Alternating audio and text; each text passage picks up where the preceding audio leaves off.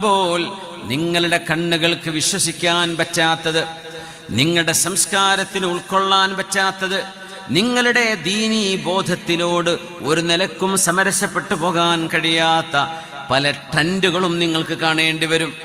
പല ട്രെൻഡുകളും ലോകത്ത് വരും. ഞാൻ പേടിക്കുന്ന വലിയൊരു ട്രെൻഡ് ടാറ്റു ട്രെൻഡാണ്, പച്ചകുത്തുന്ന ട്രെൻഡ്. നമ്മുടെ കുട്ടികളെ ദേഹത്തൊക്കെ അത് കാണാൻ തുടങ്ങുമോ എന്ന് വല്ലാണ്ട് പേടിക്കുന്നുണ്ട്. ഇപ്പോൾ വളകളും ചരടും അതൊക്കെ ആയി തുടങ്ങി.